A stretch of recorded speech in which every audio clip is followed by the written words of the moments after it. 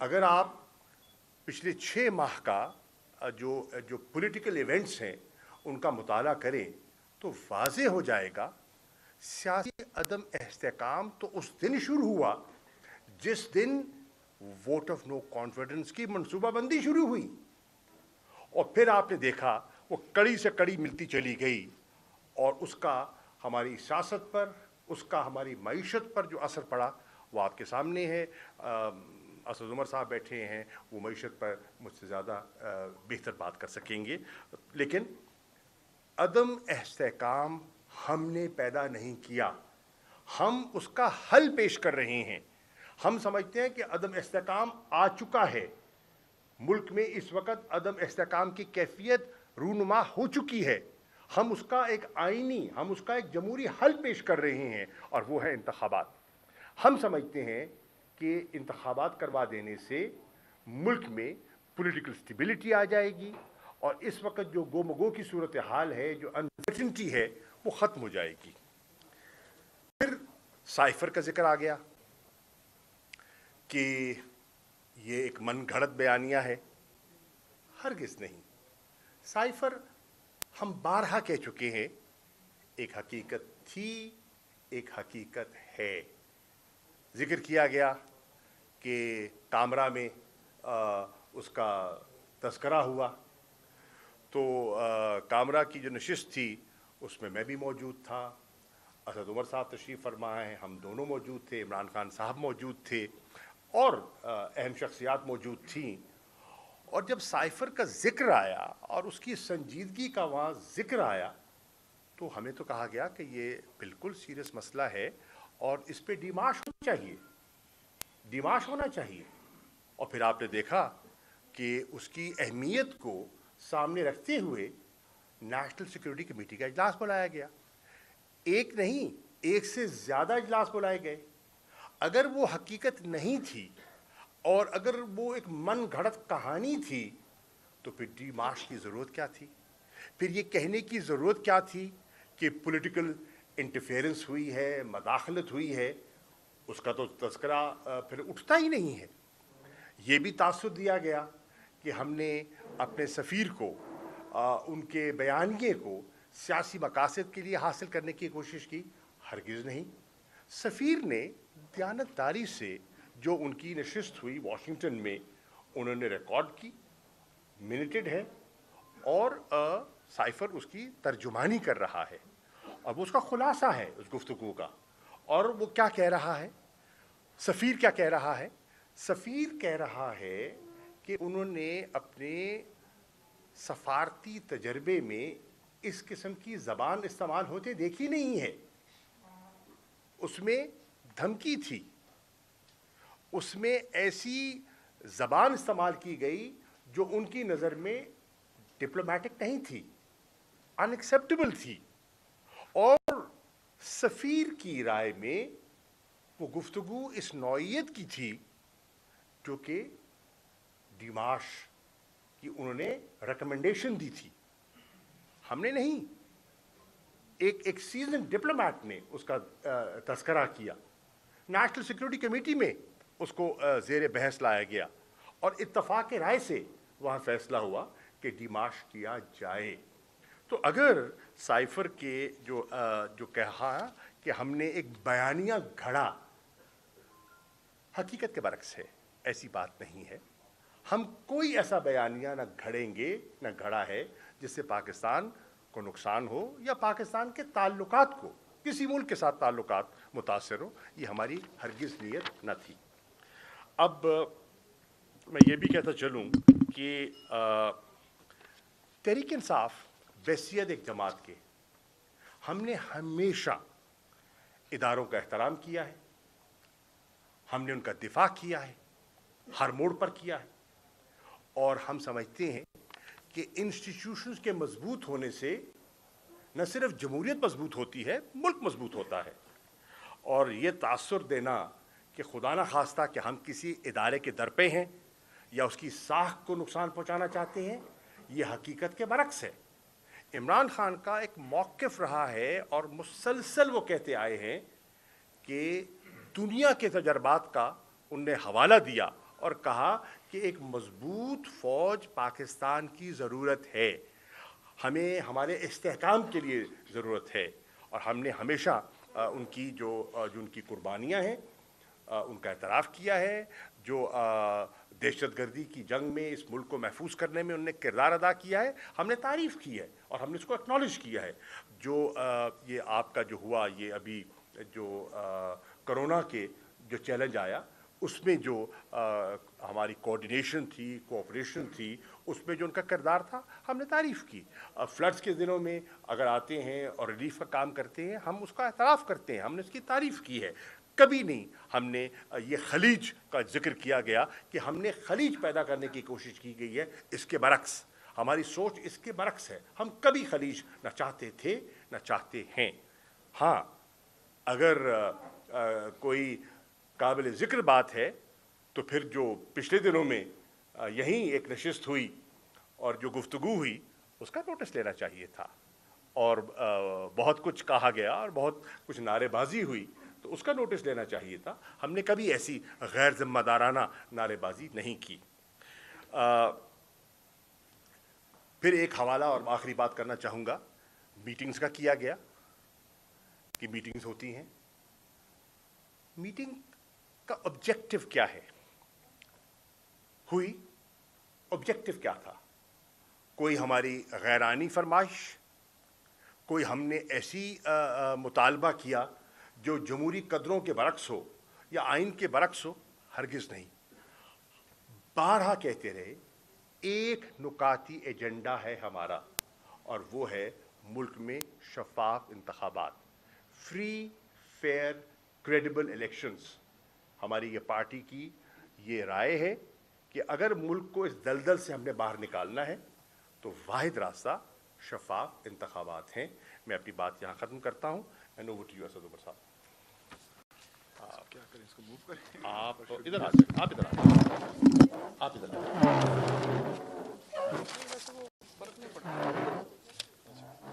چل اچھا جی، جب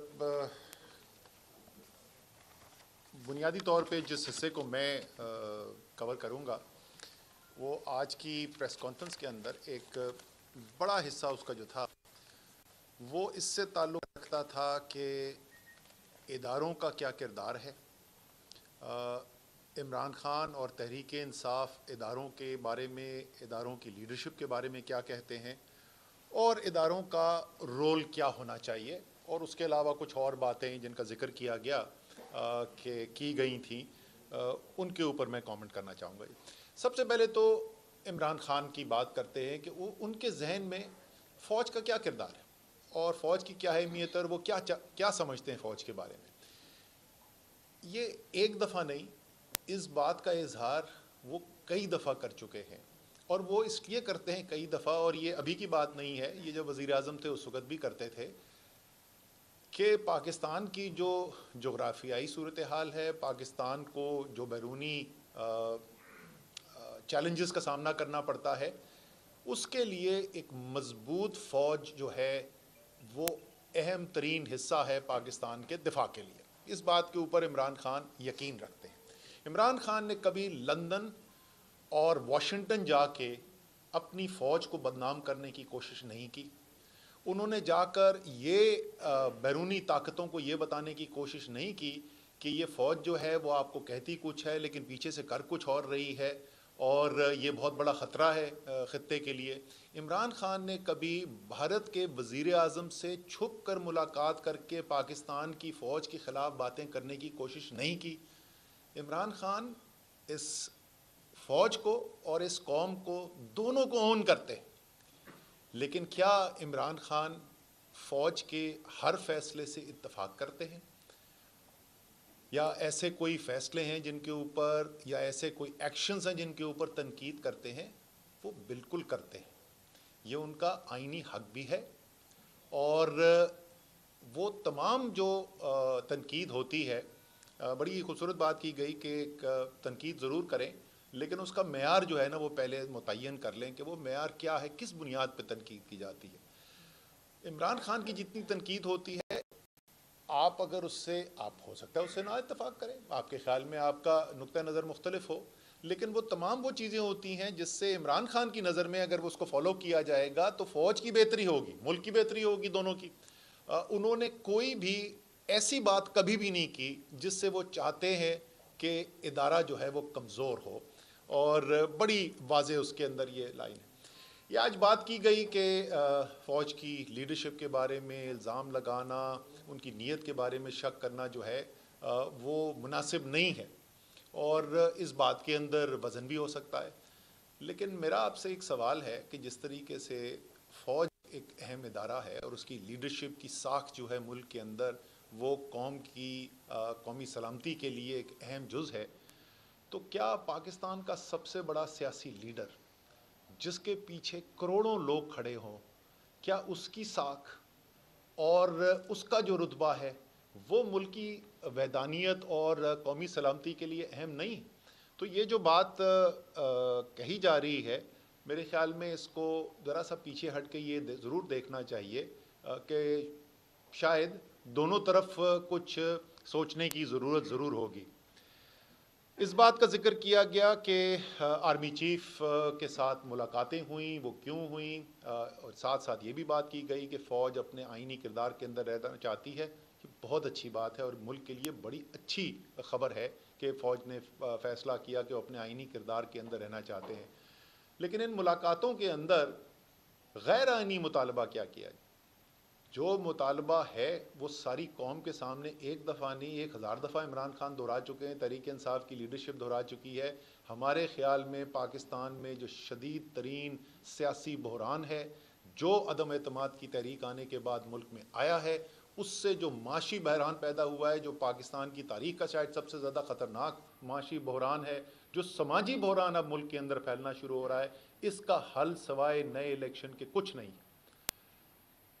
اس کے لیے ایک ادارے کو کہنا جس کا ایک بہت زیادہ اثر ہے، اس میں تو کوئی آپ نے ضرور فیصلہ کیا کہ اب آپ سیاست کے اندر مداخلت نہیں کرنا چاہتے، لیکن اس میں تو کوئی دو رائے نہیں نا کہ آپ ایک بہت زیادہ اثر رکھتے ہیں، سیاسی نظام کے اوپر اثر رکھتے ہیں، تو آپ سے یہ کہنا کہ آپ اپنا اثر و رسوخ استعمال کریں تاکہ پاکستان اس سیاسی بحران سے نکل سکے، یہ آپ کو اس سے یہ تو ہو سکتا ہے کہ اتفاق نہ ہو، لیکن یہ غیر آئینی کسی طریقے سے بھی نہیں ہے، اور کوئی بھی بات جو وہاں بند کمرے میں ہو رہی ہے وہ ایسی نہیں ہے جو عمران خان جو ہیں وہ جلسوں کے اندر، پریس کانفرنسز کے اندر ٹی وی پر بیٹھ کر نہ کرتے ہوں۔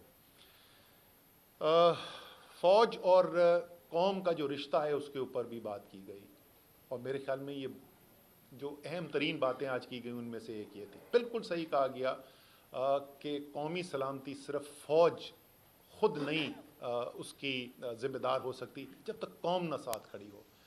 اور میں یہ بھی کہوں گا کہ اگر کچھ پریشانی نظر آ رہی ہے، اگر کچھ ایسی چیزیں ہو رہی ہیں جس کی وجہ سے فکر مند ہو رہے ہیں، تو یہ لمحہ فکریہ سب کے لیے ہے۔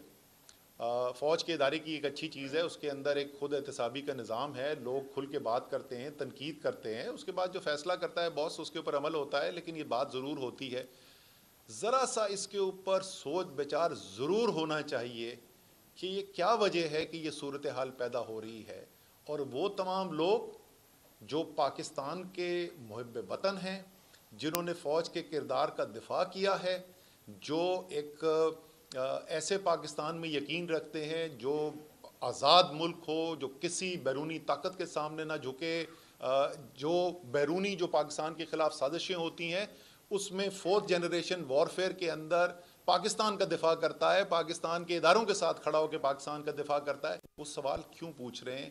میرے خیال میں اس کے اوپر سوچ بچار کی ضرورت ضرور ہے، اور یہ بہت اہم ضرورت ہے۔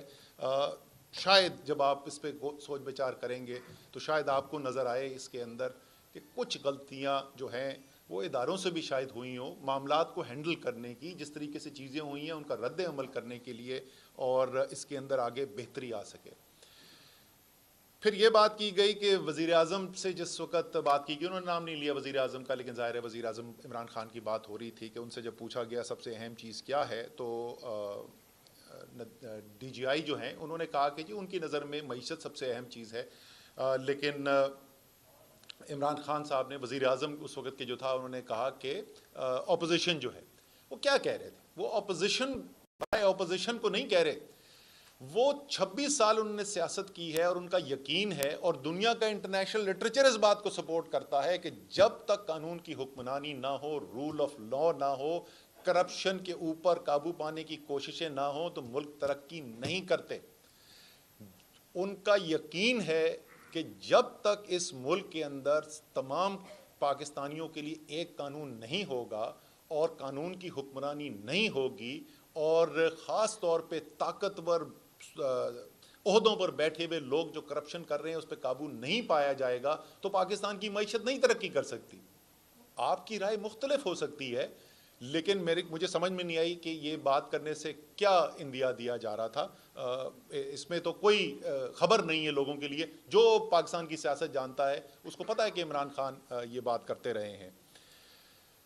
آخری دو باتیں جو میں کرنا چاہتا ہوں اس میں سے ایک یہ ہے، یہ بھی کہا گیا اور بالکل درست کہا گیا کہ پاکستان نفرتوں کی وجہ سے ٹوٹا تھا، یہ بالکل درست کہا، لیکن کیا یہ سوچا گیا کہ یہ نفرتیں پیدا کیوں ہوئی تھیں؟ کیوں پاکستان دو لخت ہوا؟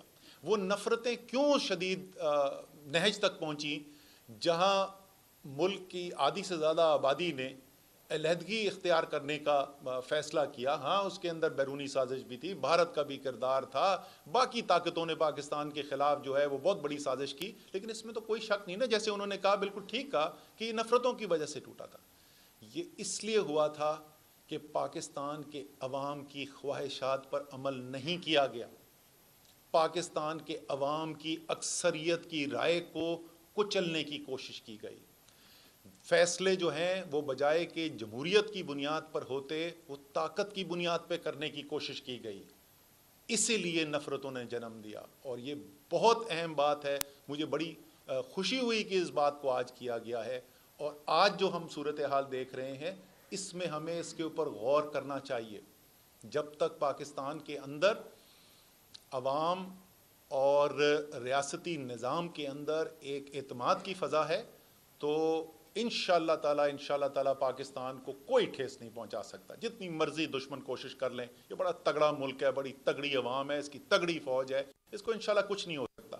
ایک واحد چیز جو خرابی پیدا کر سکتی ہے، جو کمزوری پیدا کر سکتی ہے، وہ یہ کہ عوام کو نظر آئے کہ ان کی رائے جو ہے وہ پاکستان کے فیصلے نہیں کر رہی، بلکہ فیصلے جو ہیں وہ کوئی اور کر رہا ہے، بیرونی طاقتیں کر رہی ہیں، وہ طاقت کی بنیاد پہ ہو رہی ہیں۔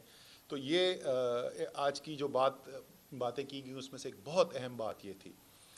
آخری بات جس پہ شاید انہوں نے ختم کیا وہ بڑی خوشائند بات تھی، اور وہ یہ تھی کہ انہوں نے کہا کہ ہمیں لانگ مارچ پر کوئی اعتراض نہیں، یہ آئینی حق ہے، پاکستان کے عوام کا آئینی حق ہے، یہ آئین کے اندر لکھا ہوا ہے، اور جیسا کہ خواہش کا اظہار بھی کیا گیا اور اس پہ کہا ہے کہ پریشر کے باوجود ادارے کا فیصلہ یہ ہے کہ اس نے اپنے آئینی کردار کے اندر رہنا ہے، تو یہ بالکل بہت اچھی بات ہے۔ اور اسی طریقے سے اسی آئین کے اندر یہ بھی لکھا ہوا ہے کہ عوام کا حق ہے کہ وہ اپنا احتجاج کریں، پرامن طریقے سے کریں، آئین کے اندر رہتے ہوئے، قانون کے اندر رہتے ہوئے یہ احتجاج کیا جائے، اور یہ احتجاج کرنے پاکستان کی قوم اسلام آباد آ رہی ہے، عمران خان کی قیادت کے اندر آ رہی ہے۔ آپ کی لا اینڈ آرڈر کی پروٹیکشن جو ہے، ریڈ زون کی خاص طور کے اوپر پروٹیکشن جو ہے، اس میں کوئی ہمیں دو رائے نہیں ہے، ضرور پروٹیکشن کی جائے، لیکن یہ خبر جو ہے امید ہے کہ یہ رانا ثناءاللہ بھی سن رہے تھے اور یہ پی ڈی ایم کی حکومت بھی سن رہی تھی۔ اب یہ پاکستان کے آئین کے اندر بھی لکھا ہوا ہے، یہ پاکستان کی بہت بھاری اکثریت کی رائے بھی ہے، اور یہ پاکستان کے افواج پاکستان کے اور پاکستان کے اداروں کی رائے بھی ہے، جس کو آج پھر دہرایا گیا ہے کہ لانگ مارچ پرامن کرنے کا حق پاکستان کے عوام کو موجود ہے، اور امید ہے کہ حکومت کے جو بھی فیصلے ہوں گے اب اسی آئینی حق کے مطابق ہوں گے۔ بہت شکریہ جی، میں فواد چودھری سے بولوں گا۔ کیا اچھا جی، بسم اللہ الرحمن الرحیم۔ سب سے پہلے ہاں کہہ رہے ہیں سیٹ کر صحیح۔ اچھا جی، بسم اللہ الرحمن الرحیم۔ میں یہ صرف یہ بات کرنا چاہتا ہوں کہ پہلی بات تو یہ ہے کہ آج پریس کانفرنسیں پاکستان میں ہوئیں، ایک پریس کانفرنس ہندوستان میں بھی ہوئی۔ اور وہاں کا وزیر دفاع جو ہے اس نے آج یہ کہا کہ ہم پاکستان آکوپائڈ کشمیر اور پاکستان آکوپائڈ گلگت بلتستان واپس لیں گے. بدقسمتی سے ہمارے ہاں ان پریس کانفرنسز میں ہندوستان کے وزیر دفاع جو ہے اس کے بیان کے اوپر کوئی بات کرنی مناسب نہیں سمجھی گئی، اور زیادہ تر فوکس جو ہے وہ پاکستان کی پولیٹیکل لیڈرشپ کے اوپر رہا. دیکھیں بالکل صحیح بات ہے، اسد عمر صاحب نے صحیح کہا، کوئی شبہ ہی نہیں ہے کہ پاکستان کی فوج کی لیڈرشپ کا احترام، پاکستان کی فوج کا احترام بہت اہم ہے. اور کوئی بھی ملک اپنے فوج کے بغیر کیسے رہ سکتا ہے، اسپیشلی جو ہمارے جیسا ملک جو کہ اتنا ایک اس کی جو جیوگرافک سچویشن پوزیشن ہے وہ ایسی ہو. فوج ہم سے زیادہ فوج کو کون عشق کرتا ہوگا. ہم لوگ تو جیلوں میں روز اپنے بچوں کی جو شہید ہیں ہم ان کو دفناتے ہیں. ہم سے زیادہ دکھ کس کا فوج کا جو یکجہتی ہے وہ ہم سے زیادہ کس کو ہوگی. لیکن دیکھیے بڑی سمپل بات ہے، ہم نے ایک طے کرنا ہے. آپ اپنے کیریئر چوائس کرتے ہیں، آپ اپنی زندگی چوائس کرتے ہیں، قومیں اپنا جو نقطہ نظر ہے یا فریم ورک طے کرتی ہیں. آپ نے فریم ورک طے کرنا ہے. کیا پاکستان کو ہم نے ایک جمہوری ملک بنانا ہے یا ہم نے برما یا جو نارتھ کوریا ہے اس کے ماڈل پہ استوار کرنا ہے. آدھا تیتر آدھا بٹیر نہیں ہو سکتا. پاکستان کی جہاں فوج کی لیڈرشپ کی عزت بہت ضروری ہے، پاکستان کی فوج کی عزت بہت ضروری ہے، وہیں پاکستان کی پولیٹیکل لیڈرشپ کی عزت بہت ضروری ہے. پاکستان کی عوام کے فیصلوں کے سامنے سر تسلیم خم کرنا ضروری ہے. نو کانفیڈنس موو کے بعد 2 دفعہ پاکستان کے لوگوں نے فیصلہ دیا ہے پنجاب کے انتخابات میں. اس کے بعد جو ابھی انہوں نے اپنی مرضی سے خواجہ آصف اینڈ کمپنی نے جو حلقے چینج کرائے تھے، 2 دفعہ پاکستان کے لوگوں نے 2/3 میجورٹی سے عمران خان کے بیانیے کو جو ہے وہ ووٹ کیا ہے. اور اس ووٹ کے اوپر بلکہ 3/4 سے 2/3 سے بھی نہیں، اس کے بعد اس کے اوپر سر تسلیم خم کیا جانا چاہیے تھا.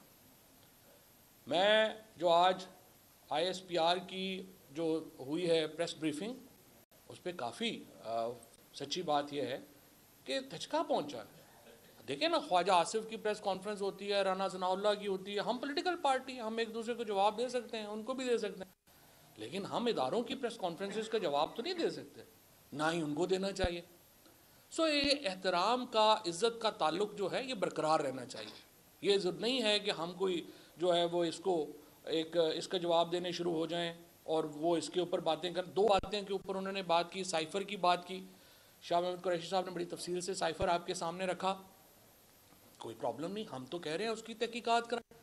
تو سوال تو چیف جسٹس پاکستان، یہی میں کہہ کے تھک گیا ہوں، رجسٹرار سپریم کورٹ ہمیں بتائیں نا، صدر مملکت سے بڑا کون سا عہدہ ہے پاکستان میں؟ صدر مملکت نے انہیں لیٹر لکھا ہے کہ آپ اس کی تحقیقات کرائیں. آپ کیوں تحقیقات نہیں کرا رہے ہیں؟ ہمیں تو سمجھ ہی نہیں آ رہی. جب ہم حکومت میں تھے، اسپیکر نے لیٹر لکھا کہ اس کی تحقیقات ہونی چاہیے. سوال یہ ہے سائفر ہے نہیں ہے، ہوگا نہیں ہوگا، ہم نے سازش گڑی ہوگی، ہم نے برا کیا ہوگا، لیکن بھائی تحقیقات سے کیوں آپ جو ہے وہ نہیں ہو رہی؟ تحقیقات کرائیں عوام کے سامنے. اور پھر ماشاءاللہ کمیشن بنتے ہیں، کبھی رپورٹیں ہی نہیں آئی ان کی ہمارے سامنے یہاں پہ جو کمیشن بنا ہے اس کی رپورٹ ہی کبھی نہیں آئی. تو ہم چاہتے ہیں ایک طاقتور کمیشن بنے جو سائفر کی تحقیق کرے اور سامنے رکھے. یہی معاملہ جو ہے وہ ارشد شریف کا ہے. ارشد شریف صاحب کے اوپر جو تھریٹس تھے یا ان کو جو دھمکیاں ملیں وہ خفیہ تو نہیں تھیں، وہ تو پبلک نالج میں ہے.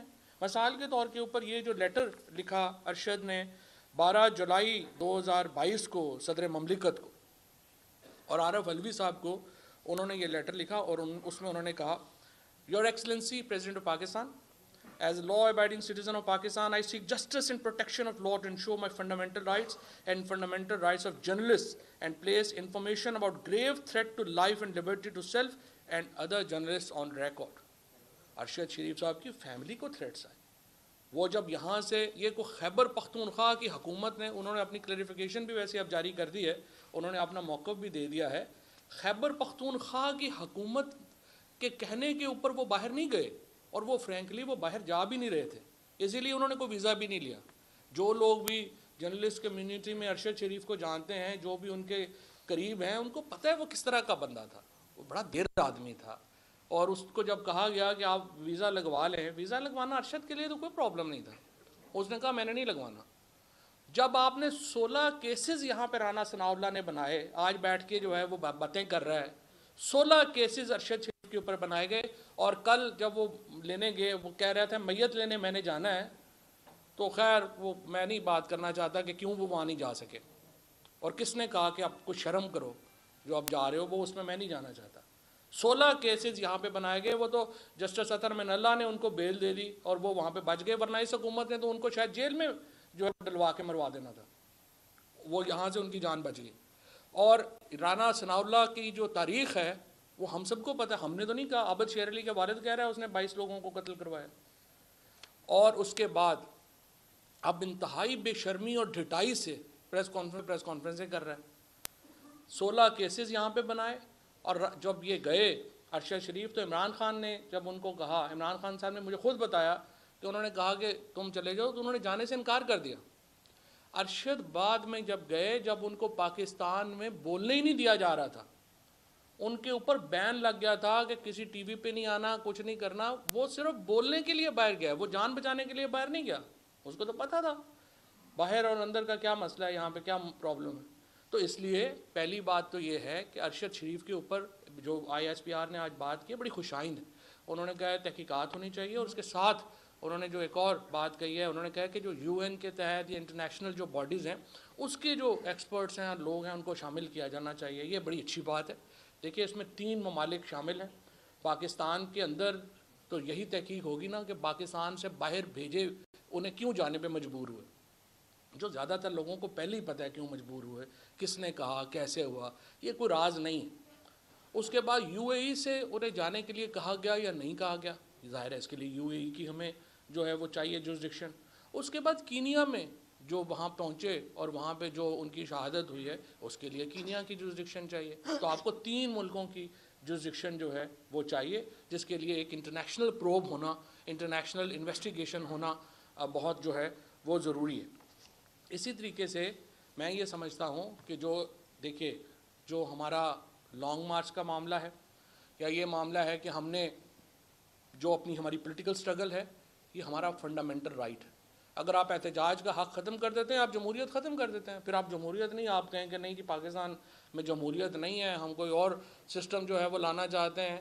لیکن اگر جمہوریت ہے تو پھر دیکھیں یہ نہیں ہو سکتا کہ پاکستان کے لوگ کوئی اور فیصلہ کریں اور ہماری اشرافیہ کوئی اور فیصلہ کرے۔ یہ جو بلاول بھٹو جب یہاں پہ لاہور میں آتا ہے تو اس کا ورژن اور ہو جاتا ہے، اسلام آباد پہنچتا ہے، پتہ لگتا ہے میرے کیس لگے ہوئے ہیں، ابو بتاتے ہیں کہ بیٹا یہ نوکری تے نال نخرا نہیں ہو سکتا، اس طرح نہ کرو، 3 دن ہو گیا معافیاں مانگی جا رہا ہے، اینا وڈا انقلابی۔ بات یہ ہے یہ لوگ سارے مجبوری میں یہ جو کر رہے ہیں نا، ان کے یہ مجبوری میں کر رہے ہیں۔ ایک جو شہباز شریف کا، نواز شریف کا، مریم کا، سب کو کریکٹر پتہ ہے، سب کو پتہ ہے یہ فوج کے کتنے سگے ہیں، ڈان لیکس سے لے کر کے میمو گیٹ سے لے کے ان سب کا ہمیں پتہ ہے، ان کی پاکستان سے وفاداری کا بھی سب کو پتہ ہے۔ اس لیے فیصلے پاکستان کے عوام کو کرنے دیں۔ یہ نہیں ہو سکتا کہ عوام کا ہم ہوں تو جمہوریت میں، دیکھیں نا بڑی سمپل ہے، یا تو ہمیں بتا دیں جمہوریت نہیں کوئی اور سسٹم ہے چلیں ہم اس میں رہیں گے۔ آپ کہہ رہے ہیں کہ جی جمہوریت ہوگی لیکن فیصلے پاکستان کے اشرافیہ کے پاس ہوں گے، بند کمروں میں فیصلے ہوں گے، یہ آدھا تتر آدھا بٹیر نہیں چل سکتا۔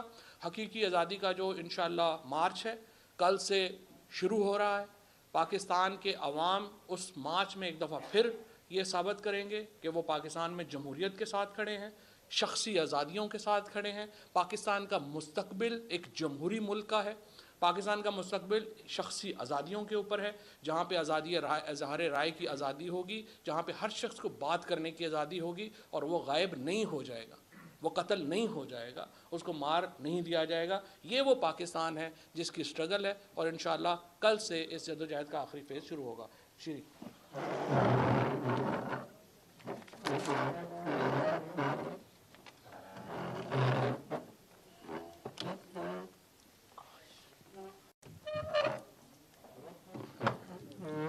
بسم اللہ الرحمن الرحیم۔ میں نے بات کرنی تھی صرف ارشد شریف پہ، کیونکہ کافی لوگوں کو پتہ بھی ہے کہ میرا بہت پرانا تعلق تھا ارشد شریف کے ساتھ. جب وہ قائد اعظم یونیورسٹی میں اسٹوڈنٹ تھے, وہ اپنی والدہ کے ساتھ آئے تھے. میں نے پلس ویکلی شروع کیا تھا, اور ان کی والدہ نے کہا, اس وقت بڑا شرماتا تھا ارشد بات کرنے سے, کہ میرا بیٹا آپ کا بڑا فین ہے تو آپ اس کو ٹریننگ دے دیں, وہ آپ کے ساتھ کام کرنا چاہتے ہیں.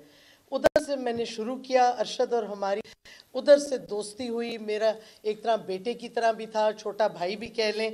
ادھر سے جب تک وہ, بلکہ 3 دن پہلے اس کے قتل سے میری بات ہوئی اس سے کینیا میں, اور وہ واپس آنا چاہتا تھا. اس کو یہ عجیب عجیب خبریں لوگ دیتے ہیں, اور مجھے آج بڑا افسوس ہوا جب D G I S P R نے کہا, جو کہ بالکل غلط بیانی تھی, اور مجھے اس پہ افسوس یہ ہوا کہ ایک شخص کا اتنا بروٹل قتل ہوا ہے, اور آپ کہہ رہے ہیں کہ اس کو تو کوئی خطرہ ہی نہیں تھا کیونکہ وہ دن رات میرے ساتھ کانٹیکٹ میں تھا, اور اگر خطرہ ہوتا تو مجھے بتاتا. میرے پاس پوری کانورسیشنز ہیں فون پہ. اب میں فیصل واؤڈا کی طرح یوں نہیں کہوں گی فورینسک تیار ہے, کیونکہ میں جھوٹ نہیں بول رہی. Arshad was very dear to me, اور جس طریقے سے اس کے ساتھ ظلم اور تشدد کیا گیا پہلے پاکستان میں, جس طریقے سے اس کو تھریٹس ملی. اچھا, اس کا مجھے 26 اگست کو فائنلی, کیونکہ وہ اس کا شو بند ہو گیا, اس نے واٹس ایپ اپنا بند کر دیا, تو مجھے گھبراہٹ تھی کدھر چلا گیا ارشد, کیونکہ یہ ہوتا نہیں تھا کہ ہم کمیونیکیٹ نہ کریں. 26 اگست کو اس کو میں نے پھر میسیج بھیجا ٹویٹر کے ڈی ایم پہ, بیکاز ٹویٹر پہ میں دیکھ رہی تھی کہ ہی واز اسٹل پریزنٹ. تو اس نے مجھے, میں نے کہا کدھر ہو تم, آر یو آل رائٹ, کیا حالات ہیں. اس کا جواب میں صرف آپ کو پڑھ دوں گی, اٹس رائٹ ہیئر, کہ high in hiding dock they had sent assassins after me. اور یہ مجھے ارشد نے جانے سے پہلے بھی ایک دفعہ کہا تھا کہ میرے پہ ہیڈ منی ہے, اور میں نے یہ کئی دفعہ انٹرویوز میں کہا ہے کہ اس پہ ہیڈ منی ٹیررسٹ کو دی گئی ہے. میں اب یہ نہیں الزامات لگانا چاہتی کس نے دیے ہیں, سب کو پتہ ہے کون اس کی آواز چپ کرانا چاہ رہا تھا. اس نے کہا they had sent assassins after me. IK also knows about threats to me and was kind enough to warn me. اور خان صاحب نے خود بھی کہا میں نے اسے وارننگ دی تھی. Too many players local with international nexus. باقی پھر ہماری پرسنل باتیں ہوئیں. اس کے بعد 1 اکتوبر کے لگ بھگ وہ واپس واٹس ایپ پہ آیا, اور اس وقت بھی بات چیت ہوئی. اور میں نے اس وقت صرف اتنا پوچھا تھا کہ تم جو وی لاگ ہروس کر رہے ہو اور جو بیک گراؤنڈ تمہارا ہے, اگر تم ہائیڈنگ میں ہو تو اس بیک گراؤنڈ سے لوگ ٹریس نہ کر لیں تم کدھر ہو. مجھے کیا پتا تھا کہ آلریڈی لوگوں نے ٹریس کر لیا تھا. لیکن یہ کہنا, ایک شخص جس نے آرمی پہ اتنی ویڈیوز اور پروگرامز بنائے, جس کے مجھے یاد ہے ابھی تک وہ دن when his father died of a heart attack, اور پھر اس کا بھائی جو آرمی میڈیکل کور کے ڈاکٹر تھے, آتے ہوئے ان کا ایکسیڈنٹ ہوا. وہ دن مجھے ابھی تک یاد ہے جب ان کے گھر گئی, اتنی انہوں نے سیکریفائسز دی. اور آپ آج بیٹھ کے کہہ رہے ہیں جی کوئی تھریٹ ہی نہیں تھی ارشد شریف کو, نہیں تو وہ مجھے بتاتا, اس کو کون تھریٹن کرتا, اس کے فیملی میں. تو یہ تو صحیح بات ہے, غازی اور شہید بھی بہت ہیں, ہم ان کی عزت کرتے ہیں. خیر عزت تو آپ نے کیا دکھائی, اس کی شہادت آپ نے کروا دی. اس کو بروٹل ٹارگیٹڈ مرڈر جس نے بھی کیا ہے وہ وہی ہیں جنہوں نے تھریٹن کیا. اور اب ہمارے ادارے کہہ رہے ہیں جی کوئی تھریٹ ہی نہیں تھی, یعنی کہ ایسے ہی وہ چلا گیا. اب پتہ نہیں کدھر کدھر الزامات. کل فیصل واڈا نے جو بےہودہ پریس کانفرنس کی, خیر اس کا تو سارا کریڈیبلٹی رانا سنالو نے خود ہی ختم کر دی جب اس نے پریس کانفرنس کر کے بیسکلی بتا دیا کہ ہاتھ ان کا تھا پریس کانفرنس میں, اور شاباش دی اور سارا کچھ پریس کانفرنس کو. تو یہ میں سمجھتی ہوں کہ اور بھی بہت شواہد ہیں ہمارے پاس, اور جوڈیشل کمیشن بنے. حالانکہ کمیشنز جو بنی ہیں, دیکھیں حامد میر کے قتل پہ بھی, وہ قتل نہیں سوری, اس کی جو گولیاں لگی تھیں, بڑی پاورفل کمیشن بنی تھی, پتہ نہیں کدھر چلی گئی رپورٹ اس کی. اور بھی کمیشنز بنی ہیں, اور جو بننی چاہیے کمیشن وہ بنی نہیں, جو کہ سائفر پہ بننی تھی. اتنی امپورٹنٹ بات, ملک کے ساتھ ایک سازش ہوئی ہے اور آپ اس پہ ایگزامن ہی نہیں کرنا چاہ رہے. تو ارشد شریف کے ساتھ اس طرح نہ کریں کہ اس کی شہادت کو آپ کنٹروورشل کر دیں, کہ اس پہ سوالات اٹھائیں اب, جبکہ وہ شخص نہیں ہے جواب دینے کے لیے. لیکن ہمارے پاس بہت سے ثبوت ہیں, اس کی سٹیٹمنٹس ہیں ساری, ایک تو فواد نے بتا بھی دی. لیکن ایک اور بات پہ میں ختم کرنا چاہوں گی کہ دیکھیں آج بڑا اچھا ہے, ڈی جی آئی نے بھی اور D G I S P R نے بھی کہا کہ ہمارا آئین فریڈم آف ایکسپریشن دیتا ہے, جمہوریت ہے, اس واسطے اظہار رائے اور کرٹیسزم بالکل لوگ کرنا یہ جمہوری حق ہے. لیکن آج کل یہ حق کس کو ملا ہوا ہے کھل کے؟ ود آل ڈیو رسپیکٹ, اب کوئی پتہ نہیں, کل کو میں بھی شاید پک اپ ہو جاؤں, ایک دفعہ تو کوشش کی گئی تھی, لیکن چیف آف آرمی سٹاف 5.5 گھنٹے NDU میں گفتگو کرتے ہیں, اور بڑا اچھا ہے. میں کہتی ہوں سب کو حق ہونا چاہیے فریڈم آف ایکسپریشن, آپ تنقید کریں, کرٹیسائز کریں. تو انہوں نے کیا کرٹیسائز, ہماری لیے خان صاحب کو بھی کرٹیسائز کیا, کچھ تعریف بھی کی, لیکن کرٹیسائز کیا کافی حد تک 5.5 گھنٹے میں. آج آپ نے دیکھا DGI میں, ہمیں یہ یونیک ہے سچویشن کہ میں نے MI6 کے ڈائریکٹر کو کبھی نہیں پبلک پریس کانفرنس کرنے دیا, حالانکہ DGI نے غالباً UK کا دیا کہ دیکھیں کتنے پرائم منسٹر بدلتے ہیں, بٹ وہ جس طریقے سے بدلتے ہیں وہ ذرا فرق طریقہ کار ہے. اینی ہاؤ, تو انہوں نے بھی پریس کانفرنس کی, سخت تنقید کی عمران خان صاحب کے ساتھ, کچھ ڈائریکٹ کی, کچھ انسینویشن کی, اور DGI دونوں نے اپنی ویوز دیں. دیکھیں اینڈ میں ویوز ہوتی ہیں, ہر چیز سبجیکٹیو ہے, فیکٹس بھی جس طریقے سے آپ پیش کریں دے سبجیکٹیو, سوائے پیور سائنس کے ہر چیز ویلیو ججمنٹ ہے. انہوں نے دی, بڑا اچھا, ہم بہت جمہوری ملک ہے کہ یہ اداروں کے بھی آ کے پوری پریس کانفرنس کرتے ہیں, لیکن خدارا سیاستدانوں کو بھی وہی رائٹ دیں. اعظم سواتی کے ساتھ جو ہوا وہ اور بات ہے, آپ اگری کریں ڈس اگری کریں ان کی ٹویٹ سے, لیکن جو اس پہ فزیکل وائلنس ہوئی, جو کسٹوڈیل ٹارچر کیا گیا ایک ٹویٹ کی وجہ سے, اگر آپ لوگ 5 گھنٹے اور 3 گھنٹے پریس کانفرنسز یا پبلک ٹاکس کر سکتے ہیں جس میں سیاستدانوں کی تنقید کرتے ہیں, تو ہم سیاستدان ہیں, ہم قوم کو ریپرزینٹ کرتے ہیں, اور ہم پھر بھی کچھ نہیں بول سکتے. بچ بچا کے کوئی الفاظ کریں, خدا نہ خواستہ کسی لیڈر کا ملٹری لیڈرشپ کا نام غلطی سے لے لیں تو سیڈیشن لگ جاتی ہے 1248 جو کہ کلونیل قانون ہے, یا پھر آپ کیا کہتے ہیں جی انسائٹمنٹ ٹو میوٹنی ہو جاتی ہے اگر آپ کسی کو ذرا سا کرٹیسائز کریں. میوٹنی کا الفاظ دیکھ لیں آپ ڈکشنری میں, اس کا مطلب ہے کہ آپ ایکچولی فوج کے سپاہیوں کو اکسا رہے ہیں کہ آپ اپنے فوج کے کمانڈر کو ڈس اوبے کریں, پھر جا کے میوٹنی ہوتی ہے. یہ میوٹنی نہیں ہے اگر آپ کسی ملٹری لیڈر کو پالیسیز پہ یا ان کے بیان پہ جواب دیں جو کہ تنقیدی جواب ہو, کیونکہ اگر وہ تنقید کریں گے, اور آپ خود آج انہوں نے ریکگنائز کیا کہ جمہوریت میں تنقید ہے, ہمارا آئین ہمیں حق دیتا ہے, تو ہمیں بھی وہ حق آپ دیں جو آئین میں لکھا ہوا ہے, ہمیں بھی تنقید کرنے دیں, ہمیں جواب دینے دیں جو آپ ہم پہ تنقید کرتے ہیں, ہم سے بھی سنیں, اپنے میں وہ رکھیں کہ آپ کرٹیسزم لے سکتے ہیں. آپ ہم پہ یہ نہیں کہ آپ ہم پہ تنقید کرتے جائیں اور ہم خوفزدہ ہوں کہ پتہ نہیں ہم نے کر دیا تو یا ہم پہ کنٹیمپٹ لگ جائے گا, یا ہم پہ دہشت گردی کا چارج لگ جائے گا, یا پتہ نہیں سیڈیشن لگ جائے گا, کیونکہ خان صاحب کے ساتھ یہی ہو رہا ہے, ہر دوسرے دن کوئی فضول سا چارج لگ جاتا ہے ان پہ. اور کس لیے لگتا ہے؟ کیونکہ وہ ایک اپنی ویو پوائنٹ دے رہے ہیں, آپ نہیں اگری کرتے, ہم کئی چیزوں سے نہیں اگری کرتے جو آپ نے کہی ہیں, لیکن یہ ہمارا حق ہے. اگر آپ اس میں بلیو کرتے ہیں اور پاکستان کی جمہوریت میں بلیو کرتے ہیں تو ہمیں حق دیں وہ بات کرنے کا اور تنقید کرنے کا. اور یہ نہیں ہو سکتا کہ آپ ہمارے لوگوں کو اٹھا کے کسٹوڈیل ٹارچر کر دیں کیونکہ آپ کو ان کی تنقید نہیں پسند آئی. آپ کورٹ میں لے جائیں, چارج کر لیں, ہم یہ نہیں کہتے, اور آپ اپنے شہریوں کو جو ڈسپیئر کر دیتے ہیں, یہ نہیں ہمیں ایکسیپٹیبل. جمہوریت ہے یا یہ جو فواد نے کہا آدھا تیتر آدھا بٹیر نہیں ہو سکتا, یا جمہوریت ہے اس ملک میں یا نہیں ہے. اسی واسطے ہم عمران خان کے ساتھ آج کھڑے ہیں, اور حقیقی آزادی کا مارچ جو ہمارا پرامن ہوتا ہے ہمیشہ, کیونکہ ہمارے ساتھ تو فیملیز ہماری آتی ہیں, ہم کریں گے انشاءاللہ. کل سے شروع ہے اور ہمیں امید ہے کہ سارے ریاستی ادارے عزت رکھیں گے آئین کی, اور آئین کے مطابق چلیں گے, جس میں ہمارا جمہوری حق ہم ایکسرسائز کر رہے ہیں پرامن طریقے سے حقیقی آزادی کا. شکریہ.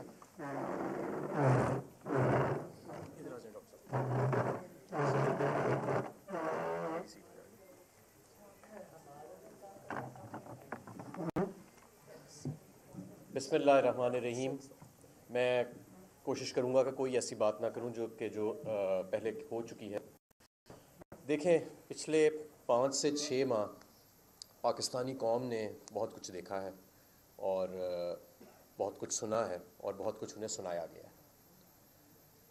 سب کو پتہ ہے کہ ہمارے اداروں کا کردار رہا ہے پاکستان کی سیاست میں پچھلے 75 سال سے، اور گویا آج جو پریس کانفرنس ہے اس کے اندر اس چیز کو تسلیم بھی کیا گیا ہے.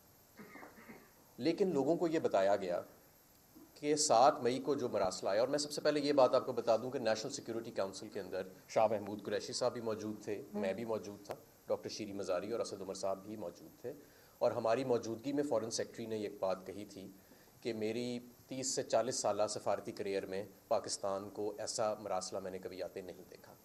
میں یہ بھی آپ کو بتاتا چلوں کہ جو باتیں اس منٹ کی گئی ہیں، اگر ان میں سے کوئی ایک بات بھی ایسی منٹ کی گئی ہے جو وہاں نہیں ہوئی تھی یا غلط تھی تو بتائیں کہ منٹس میں یہ چیز جو ہے یہ غلط تھی. صرف الزام لگا دینا میں سمجھتا ہوں کہ یہ مناسب بات نہیں ہے. الزام اگر لگایا گیا ہے تو پھر اسپیسیفکلی ساتھ اس کا حوالہ بھی دیا جائے کہ کون سی بات منٹ کے اندر جو ہے اس کو غلط لکھا گیا. تو پاکستانی قوم کو یہ بتایا گیا کہ یہ محض ایک اتفاق ہے کہ 7 مئی کو ایک مراسلہ آتا ہے، اور اس مراسلے میں جو اسکرپٹ لکھی گئی ہے اسی اسکرپٹ کے مطابق عمران خان کو طاقت سے اور اقتدار سے علیحدہ کر دیا جاتا ہے. لوگوں کو یہ بتایا جاتا ہے کہ یہ محض ایک اتفاق ہے کہ شریف خاندان کے جتنے کرپشن کے کیس ہیں ان کے گواہان جو ہیں وہ قدرتی موت کا شکار ہو جاتے ہیں. لوگوں کو یہ بتایا گیا کہ یہ جو پاکستان تحریک انصاف کے رہنما اٹھائے جا رہے ہیں اور جو ان کو ننگا کر کے مارا جا رہا ہے، یہ پتہ نہیں کون اٹھا لیتا ہے. لوگوں کو یہ بتایا گیا کہ ارشد شریف شہید، جو کہ انڈسپیوٹڈلی پاکستان کا نمبر 1 جرنلسٹ تھا، انڈسپیوٹڈلی، اس کے پائے کا جرنلسٹ شاید پورے خطے میں کوئی نہیں ہے. میں صرف پاکستان کی بات نہیں کرتا. لوگوں کو یہ بتایا گیا کہ اس کے ارد گرد ایک ایسا ماحول بنایا گیا کہ اسے ملک سے فرار ہونا پڑا اور اس کو شدید دباؤ میں رکھا گیا، لیکن پھر پتہ نہیں اس کو کینیا کی پولیس جو تھی وہ اس نے غلطی سے مار دیا. تو دیکھیں، بات یہ ہے کہ بجائے اس کے کہ ہم بیانیوں کی جنگ کریں، ہم یہ نہیں کرنا چاہتے اداروں کے ساتھ کہ آپ ایک بیانیہ چلائیں.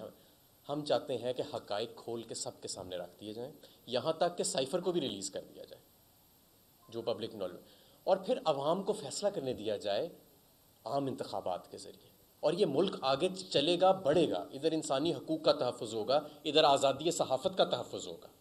عمران خان کی باتوں کو آؤٹ آف کانٹیکسٹ کوٹ کرنا، پھر یا تو آپ پورا کانٹیکسٹ بتائیں نا کہ جس میں وہ گفتگو ہوئی تھی، پھر بات پوری کھولیں کہ بھئی کیا گفتگو ہو رہی تھی جس میں عمران خان وہ گفتگو کر رہے تھے، بجائے اس کے کہ ہم اس کانٹیکسٹ میں پڑھیں. ملک کے پہیے کو آگے چلائیں، جمہوریت کے پہیے کو آگے چلائیں، انسانی حقوق کو مضبوط کریں، اس ملک کے اندر جمہوری روایات کو مضبوط کریں. جس وقت عمران خان کو ہٹایا جا رہا تھا اس وقت عمران خان عام انتخابات کرانا چاہتے تھے، روکا گیا.